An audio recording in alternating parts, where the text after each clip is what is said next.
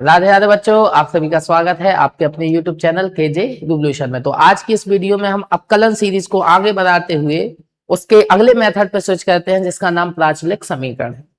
दोस्तों बस कुछ ही मेथड, 2 मेथड और बचे हों, इसके बाद हमारा अपकलन सीरीज खत्म हो जाएगा, ठीक है ना।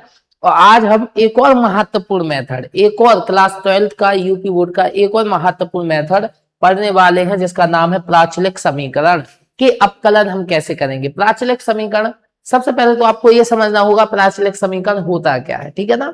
तो आज इस मेथड को क्रिस्टल क्लियर करेंगे, एक एक क्वेश्चन आप इसके कर लेंगे, जहां आप इसको देखेंगे तुरंत देखते ही पहचान जाएंगे कि ये मेथड लगना है। इस तरीके से पढ़ेंगे, शानदार तरीके से पढ़ने वाले, ध्यान से देखिए, आगे बढ़ते। तो इस मेथड पे डिस्कशन करते हैं।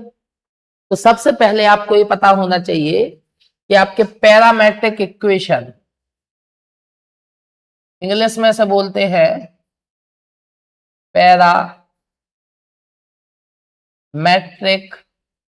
इक्वेशन, इंग्लिश में क्या बोलते हैं, पैरामेट्रिक इक्वेशन, और हिंदी में से बोलते हैं, प्राचलिक समीकरण, प्राचलिक समीकरण,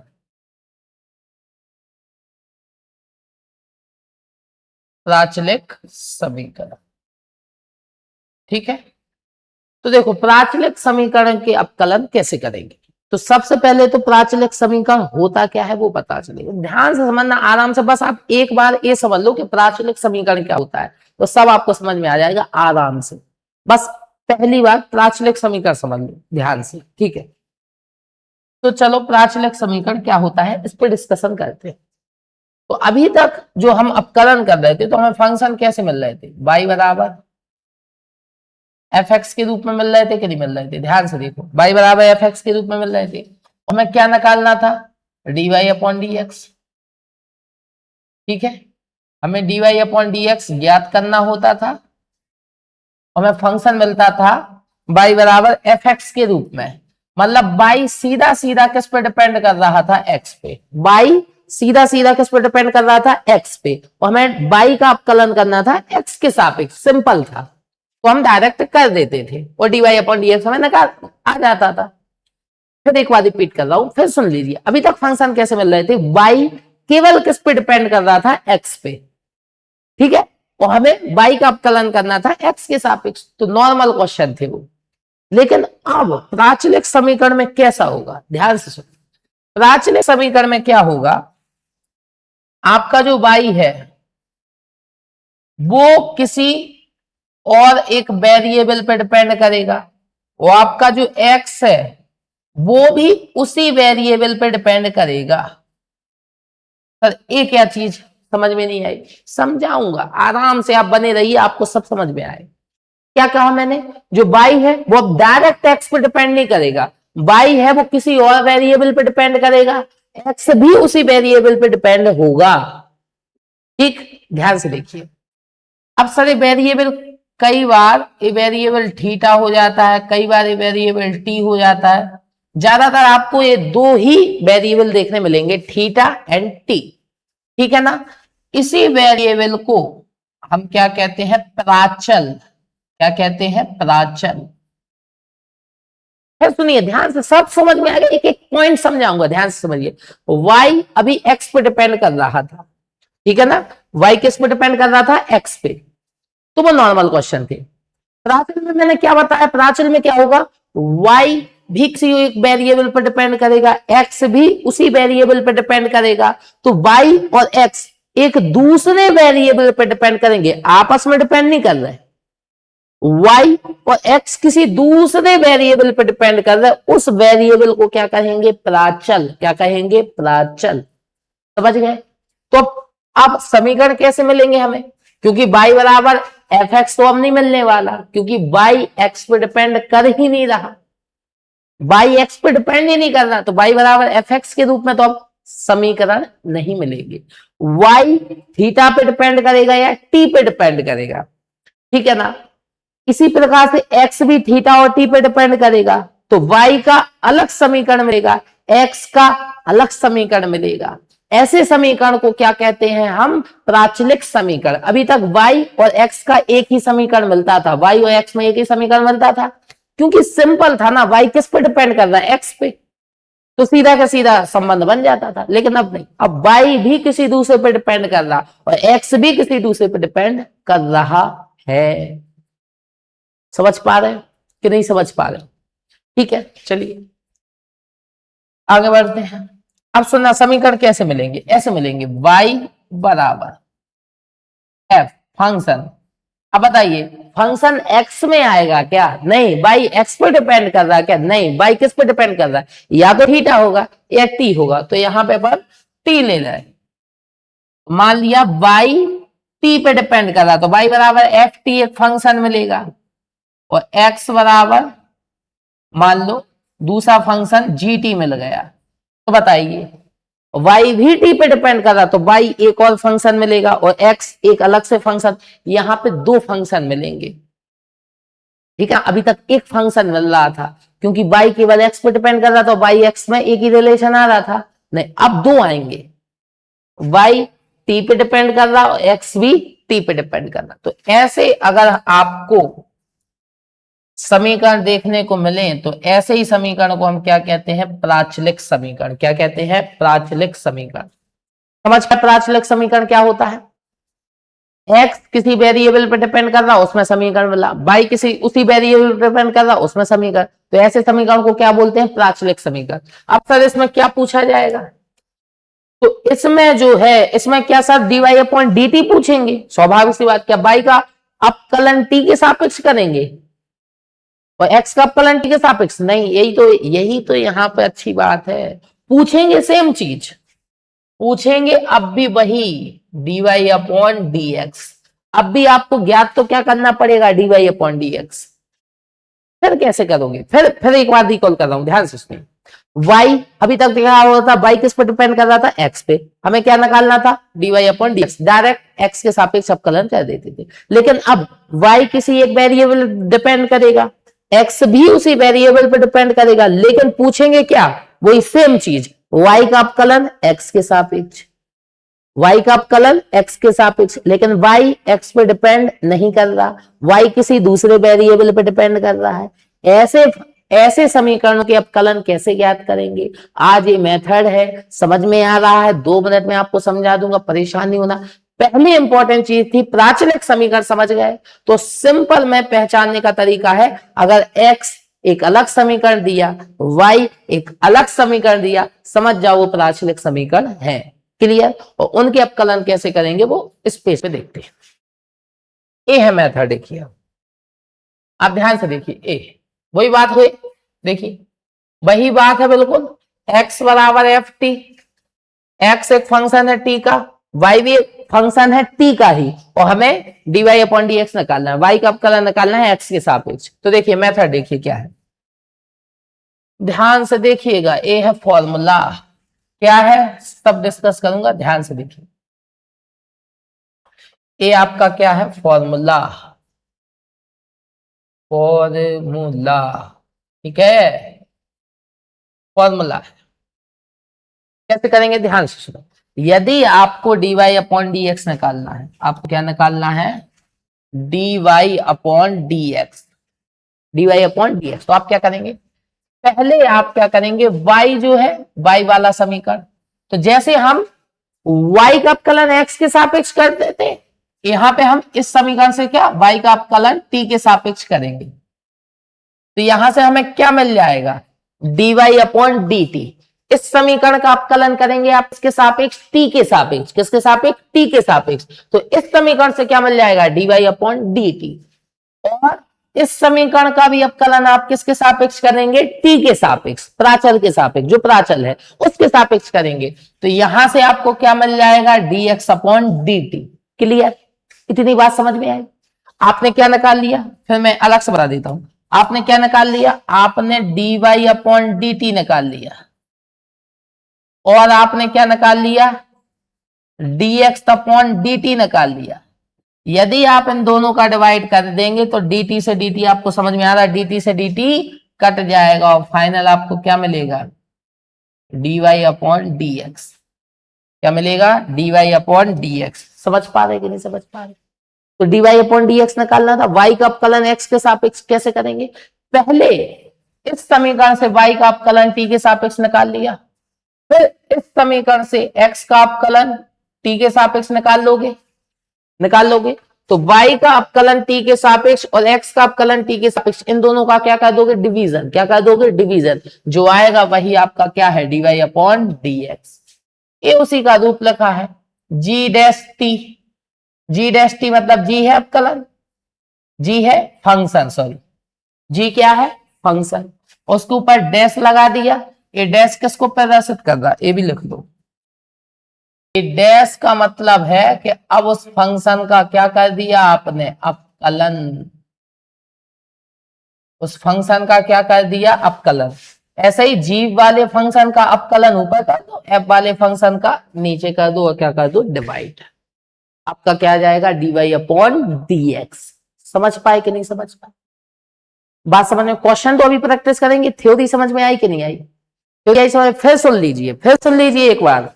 y का अपकलन t के सापेक्ष की, देखो y का फंक्शन t में मिलेगा, x का फंक्शन t में मिलेगा, dy अपॉन डी एक्स निकालना पड़ेगा। आप क्या करेंगे? y का अपकलन t के सापेक्ष dy अपॉन डी टी आ गया, x का अपकलन t के सापेक्ष dx अपॉन डी टी आ गया। अब dy अपॉन डी टी में dx अपॉन डी टी से क्या दे दोगे? भाग। उसे सॉल्व कराओगे, जो आएगा वही आपका क्या होगा? dy upon d x. Method आया समझ में? मेथड आया समझ में? प्राचलिक समीकरण क्लियर है, मेथड क्लियर है। अब क्वेश्चन करेंगे हम। आइए, ये रहा आपके सामने पहला क्वेश्चन, ध्यान से देखिए। पहला क्वेश्चन ये रहा आपके सामने, x बराबर a sec थीटा और y बराबर b tan थीटा और dy अपॉन dx निकालना है। बताइए, आप समझ गए क्या है? प्राचलिक समीकरण है। x अलग दिया, y अलग। प्राचल क्या है यहाँ पे? थीटा। मैंने कहा थीटा होगा या टी होगा, तो यहाँ पे प्राचल क्या है? थीटा। तो चलिए सॉल्व करते हैं, ध्यान से देखिए, सॉल्व करते हैं।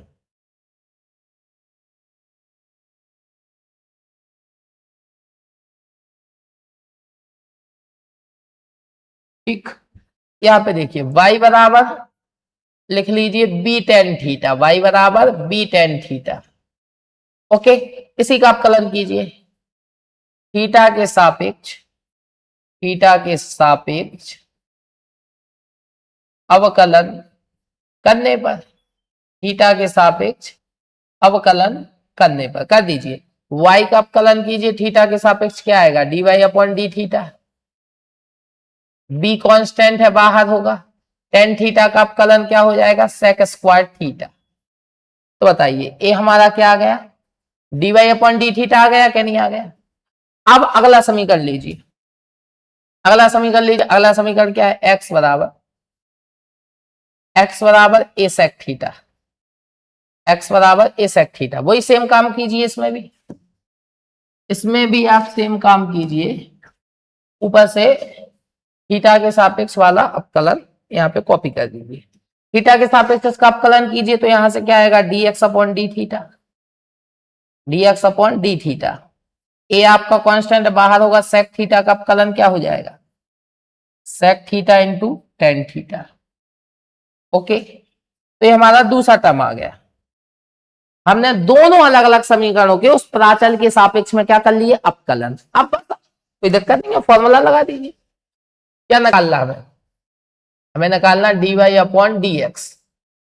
बताइए dy upon d x, y का प्राचल के सापेक्ष अपकलन dy upon d theta upon x का प्राचल के सापेक्ष अपकलन dx अपॉन डी थीटा। निकाल चुके हैं, मान रख दीजिए। बताइए dy अपॉन डी थीटा का मान क्या है? b sec square theta upon dx upon d theta का मान क्या है? a sec theta into tan theta. बताइए sec थीटा से एक sec थीटा कट गया। अब बताइए ऊपर क्या बचा? b sec थीटा को क्या लिख दो? 1 upon cos theta upon a into नीचे क्या बचा? टेन थीटा को क्या लिख दोगे? sin थीटा बटे cos थीटा से cos थीटा कट गए। 1 अपॉन sin थीटा क्या हो जाएगा? cosec theta. आंसर क्या आ गया? b upon a cosec theta. तो ये आपका क्या आ गया? dy upon dx। ये रहा आपका आंसर। बताइए समझ में आया कि नहीं आया? सिंपल क्वेश्चन है, एज सिंपल एज क्वेश्चन है, बिल्कुल सरल क्वेश्चन। y बराबर प्राचल के रूप में समीकरण मिलेगा, x बराबर प्राचल के रूप में समीकरण मिलेगा, प्राचल के सापेक्ष दोनों समीकरण के क्या कर लीजिए अवकलन, और dy अपॉन dx निकालना ना, तो y का प्राचल के सापेक्ष अवकलन बटे x का प्राचल के सापेक्ष अवकलन, इसे सॉल्व करा लीजिए, आपका क्या आ जाएगा आंसर। समझ आएगी नहीं समझ, कोई दिक्कत? अभी और क्वेश्चन करेंगे, इतनी बात समझ में आ गई कि नहीं? नेक्स्ट क्वेश्चन पे आते हैं। नेक्स्ट क्वेश्चन ए रहा। अब प्राचल क्या है? टी। मैंने फिर कहा था या तो थीटा मिलता है प्राचल या टी मिलता है। चलिए इसका कहते हैं, इसमें भी सेम वही कहानी है, सॉल्व करें। ठीक, बताइए पहला समीकरण y वाला लिखिए, y बराबर 3 sin स्क्वायर टी, वही काम। अब किसके सापेक्ष? टी के सापेक्ष, टी के सापेक्ष अवकलन करने पर कर दीजिए dy अपॉन डी टी। तीन क्या है? कांस्टेंट बाहर होगा, चेन रूल लगाइए। साइन स्क्वायर टी मन में मानिए x या टी मान लीजिए, यहाँ पे प्राचल क्या है? टी के सापेक्ष कर, तो मन में मान लीजिए टी, तो टी स्क्वायर का क्या होगा? 2t, तो 2 साइन टी होगा, फिर साइन टी का दोबारा होगा, चेन रूल लगा रहा हूं, आप इतना तो आप पर जानते होंगे। साइन टी का अवकलन क्या हो जाएगा? कॉस टी, और dy अपॉन डी टी, 3 दूनी 6, और क्या? Sine t into cos t, ये आ गया अपना क्या? dy upon d t. Clear? ये अपना क्या आ गया? dy upon d t. Okay, dy upon d t. अब क्या निकालना है? dx अपॉन डी टी निकालिए, निकालिए dx अपॉन डी टी निकालिए। x लिखिए, x बराबर 2 cos स्क्वायर टी। ठीक, अवकलन के टी के सापेक्ष वही सेम लाइन रख लेना, अवकलन करने पर x का dx अपॉन डी टी बराबर, दो कांस्टेंट है बाहर होगा, टी स्क्वायर का फिर करेंगे 2t आएगा, अब cos का दोबारा होगा, cos का अवकलन क्या होता है? माइनस के साइन टी। ओके, तो dx अपॉन डी टी क्या है आपका? 2 दूनी क्या? 4, और एक काम करें, माइनस को कहां निकाल लीजिए? इस माइनस को बाहर, 2 दूनी 4, cos T into sine T, ये आपका क्या आ गया? dx upon d t. Clear? y का प्राचल के सापेक्ष अवकलन कर लिया, x का प्राचल के सापेक्ष अवकलन कर दिया, अब dy अपॉन dx निकालना है, तो y का प्राचल के सापेक्ष अवकलन में x के प्राचल के सापेक्ष अवकलन का क्या कर दीजिए? भाग। ओके, ठीक, बताइए dy अपॉन डी एक्स बराबर y का प्राचल के सापेक्ष अवकलन बटे x का प्राचल के सापेक्ष अवकलन बराबर, बताइए y का प्राचल के सापेक्ष अवकलन क्या है? 6 sin t into cos T upon x का प्राचल के सापेक्ष -4 sin t into cos T. Cos T से कॉस टी कट गया, साइन टी से साइन टी कट गया, 2 तिया 6, 2 दूनी 4। बताइए dy अपॉन डी एक्स बराबर क्या हो जाएगा? -3/2, ये आपका क्या आ गया? आंसर। बताइए समझ में आया कि नहीं आया? बस इतने ही सिंपल है बस। लेकिन अगर कोई बच्चा पहली ही वीडियो अभी तक उसने अवकलन का कुछ नहीं पढ़ा वो वीडियो, तो आपके तो कुछ समझ में नहीं आने वाला। क्यों? क्योंकि अभी इतने सारे मेथड, इसके पहले कम से कम 8-9 मेथड पढ़ा चुका हूं मैं, ये 10वां मेथड है। तो पहले वो 9 मेथड पढ़िए, तब आइए इस पे, तब समझ में आएगा, अन्यथा नहीं आएगा आपको समझ में। समझ पा रहे कि नहीं समझ पा रहे? ठीक है, इतनी बात समझ में आई कि नहीं आई? आगे बढ़े? ठीक, आगे बढ़े। इस मेथड को, इस क्वेश्चन को देखिए, सॉरी इस क्वेश्चन को देखिए। अब इस क्वेश्चन को करना है, इस क्वेश्चन को क्या ना बिल्कुल सिंपल तरीके से, वही तरीका है, एक ही कॉन्सेप्ट, कोई दूसरा कॉन्सेप्ट लगना नहीं है। आप बस, आपको समझ में आ गया है, अब तो कोई दिक्कत है ही नहीं है। चलिए y वाला इक्वेशन लिखिए, y वाला इक्वेशन लिखिए, y बराबर a ब्रैकेट में 1 माइनस कॉस टी, ठीक, टी के सापेक्ष अवकलन कर दीजिए, y का अवकलन करिए dy अपॉन डी टी। ए आपका कांस्टेंट है, बाहर होगा, 1 का अवकलन कांस्टेंट है 0, माइनस कॉस टी का अवकलन क्या होता है, माइनस के साइन टी, ब्रैकेट क्लोज कर दीजिए। तो बताइए d y upon d t, d y upon d t बराबर, ये माइनस माइनस क्या हो जाएगा, प्लस, तो sine t, a sine t, ठीक, ये आपका क्या आ गया, d y upon d t. अब आप x वाली इक्वेशन लिख लीजिए, x is equal to a bracket में t plus sine t, t plus sine t, वही कहानी, t के सापेक्ष अवकलन करने पर कर दीजिए dx अपॉन डी टी। ए आपका क्या है, कांस्टेंट बाहर होगा, t का अवकलन 1 हो जाएगा, साइन टी का अवकलन cos t हो जाएगा। बस वहां पे x हुआ करता था, यहाँ पे t है, t के सापेक्ष ही तो अवकलन कर रहे, तो बस ये समझ लिया x का अवकलन क्या होता था 1, यहाँ पे t के सापेक्ष क्या था, t का अवकलन क्या होगा 1, वहां पे sin x का अवकलन क्या होता था cos x, है sin t का अवकलन क्या होगा cos t, ठीक है ना। तो ये आपका क्या आ गया, dx अपॉन dt भी आ गया। अब बस मेन कहानी जो अपन को निकालनी है, समझ में आ रही कि नहीं आ रही, बिल्कुल सिंपल है, बस डेडिकेशन से पढ़िए, सिंपल एज सिंपल, आप बिल्कुल सिस्टमिक तरीके से आगे बढ़िए। आप ऐसा नहीं छलांग मार दोगे तो समझ में नहीं आएगी चीजें, फिर नहीं आएगी समझ में, एक सिस्टम होता है, ठीक है ना। कभी सीढ़ी पे उतरिएगा, सीढ़ी से सीधे छलांग मार दीजिएगा, सीधे हॉस्पिटल में पहुंचोगे। तो अगर पढ़ाई में हॉस्पिटल नहीं पहुंचना चाहते हो तो सिस्टमिक तरीके से समझिए, ठीक है ना। अगर आप पहला मेथड छोड़ के सीधे अगले मेथड पे आ गए तो अब अभी आपकी हालत गंभीर होगी कुछ समझ में नहीं आ रहा होगा आपको, सिस्टमिक तरीके से आगे बढ़िए, आपको सब समझ में आएगा, ठीक है। तो चलिए निकालते हैं dy upon d x, dy upon d x, dy upon d x बराबर क्या होगा, y का अवकलन प्राचल के सापेक्ष अपॉन x का अवकलन प्राचल के सापेक्ष बराबर, मान लगा दीजिए, y का अवकलन प्राचल के सापेक्ष क्या है, a sin t, upon x का अवकलन प्राचल के सापेक्ष क्या है, a 1 plus cos t, a से a कट गया।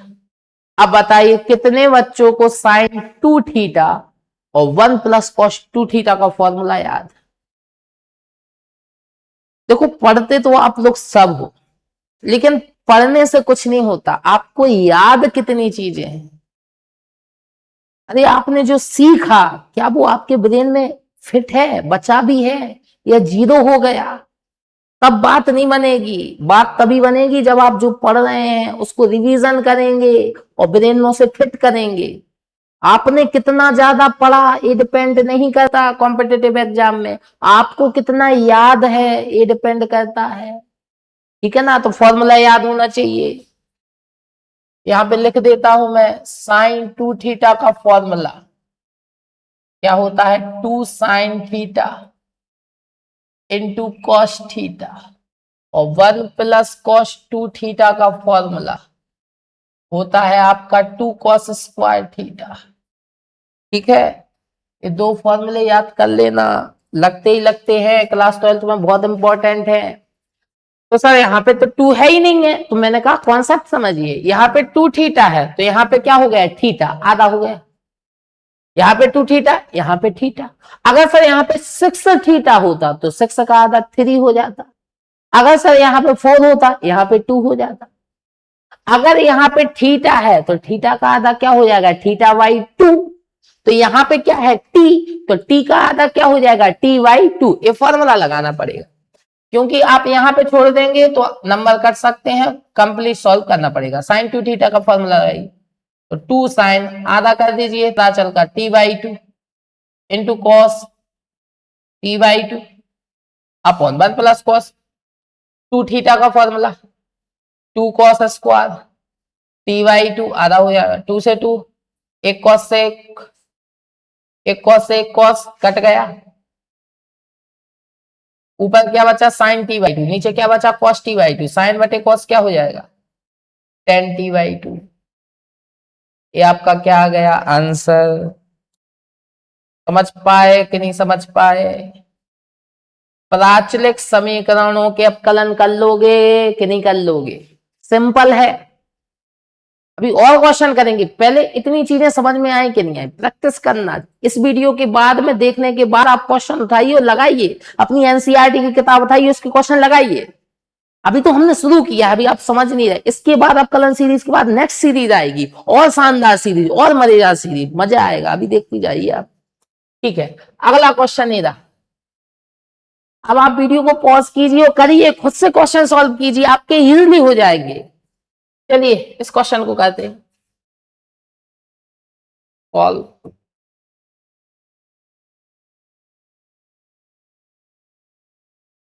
ठीक है, करिए। y वाला, पहले y वाला समीकरण लिखिए। y वाला समीकरण क्या है, y बराबर e की power t plus cos T. Okay, तो भाई t के सापेक्ष अपकलन कर दीजिए, क्या होगा dy अपॉन डी टी बराबर e की पावर t का अपकलन, e की पावर t होता है, कॉस टी का अपकलन माइनस साइन टी होता है। ओके, तो ये हमारा क्या आ गया dy अपॉन डी टी आ गया। ओके, हाँ समझ गए। अब आ जाओ x वाले पे, x वाला लिख लीजिए। x बराबर log t into sine T. अब इसमें मल्टीप्लीकेशन रूल लगा दीजिए, कर दीजिए। वही सॉरी, t के सापेक्ष अपकलन करने पर कर दीजिए dx upon d T, dx upon d t बराबर प्रथम फलन एज इट इज, जाका था आप लिख दीजिए जैसा लिखा, द्वितीय का अपकलन साइन टी का अपकलन कॉस टी प्लस द्वितीय फलन एज इट इज लिख दीजिए, प्रथम फलन का क्या कर दीजिए अपकलन, प्रथम फलन log टी का अपकलन क्या होगा 1 अपॉन टी। क्लियर, ये आपका क्या आ गया अपकलन, बस आ गया, समझ गए। dx अपॉन डी टी ये रहा, dy अपॉन डी टी ये रहा, भाग दे दीजिए, आपका dy अपॉन dx आ जाएगा। सिंपल कहानी है, ठीक है ना, बिल्कुल सिंपल कहानी, वो आप सबको बतानी थी, बता दी मैंने, ठीक है ना। चलो फॉर्मूला लगाइए, dy अपॉन डी एक्स निकालना है, तो क्या होगा y का प्राचल के सापेक्ष अपकलन बटे x का प्राचल के सापेक्ष अपकलन बराबर, मान लगा दीजिए e की power t minus sine t upon नीचे वाला वैल्यू क्या है log t into cos T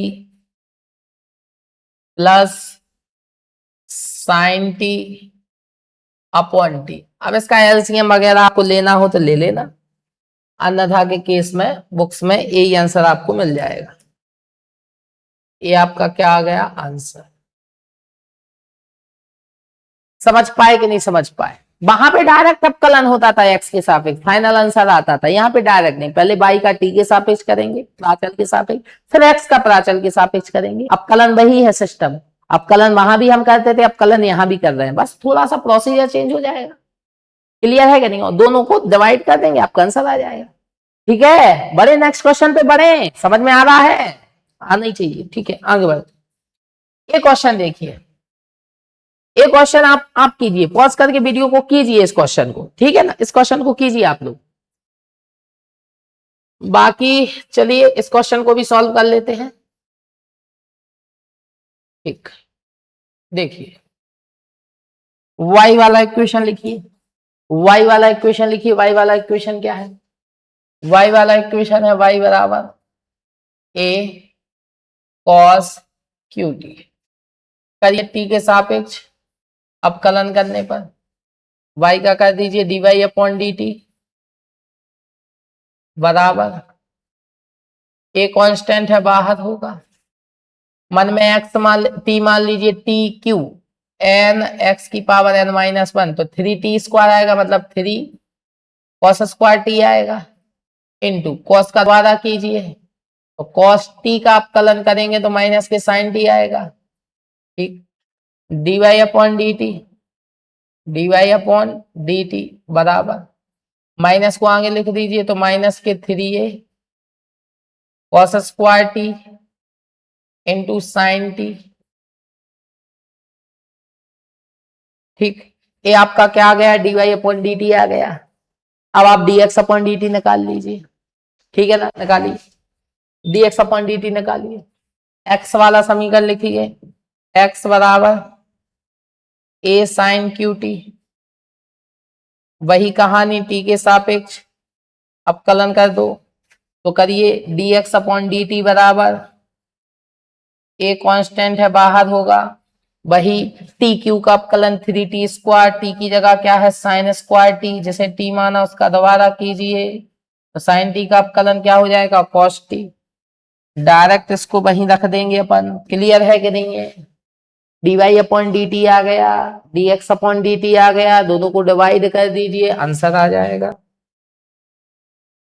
दोनों को डिवाइड कर दीजिए, लगाइए फॉर्मूला लगाइए, बताइए हमें dy अपॉन dx निकालना है कि नहीं निकालना है, कैसे आएगा, y का प्राचल के सापेक्ष अपकलन बटे x का प्राचल के सापेक्ष अपकलन बराबर मान लगा दीजिए, बताइए क्या है y का, माइनस के 3a cos square T into sine T, नीचे dx अपॉन dt का मान प्लस के 3a sine square T into cos T, ऐसे ही कुछ, हाँ 3a से 3a कट गया, एक कॉस से एक कॉस कट गया, एक साइन से एक साइन कट गया, ऊपर कॉस टी नीचे साइन टी, और बाहर माइनस dy अपॉन dx बराबर माइनस, तो पहले यहां पर लगाई दीजिए, कॉस बटे साइन क्या हो जाएगा कॉट टी, क्या हो जाएगा कॉट टी, यही आपका क्या आ गया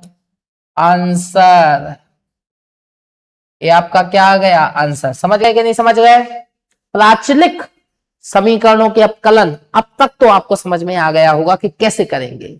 अब देखो अगर आपको समझ में आना होगा तो 2-3 क्वेश्चन के बाद आ गया होगा, हाँ हो सकता है कि कुछ एक क्वेश्चन में दिक्कत आए, लेकिन दिक्कत किसको नहीं आती यार, जब आप सीख रहे हैं तो दिक्कत तो आएगी, निश्चित आएगी, लेकिन जब आप सीख जाएंगे तो फिर आंख बंद करके भी सवाल करेंगे तो सही होगा। तो सीखते वक्त अगर दिक्कत आ रही है तो खुश होइए, अभी आप सीख रहे हो, जैसे ही आप सीख जाएंगे फिर आपको दिक्कत नहीं आएगी। तो सीखने के प्रोसीजर में हर व्यक्ति को दिक्कत आती है, समझ में आ रही कि नहीं आ रही, सीखिए, मन लगा के सीखिए, फोकस से सीखिए, ठीक है।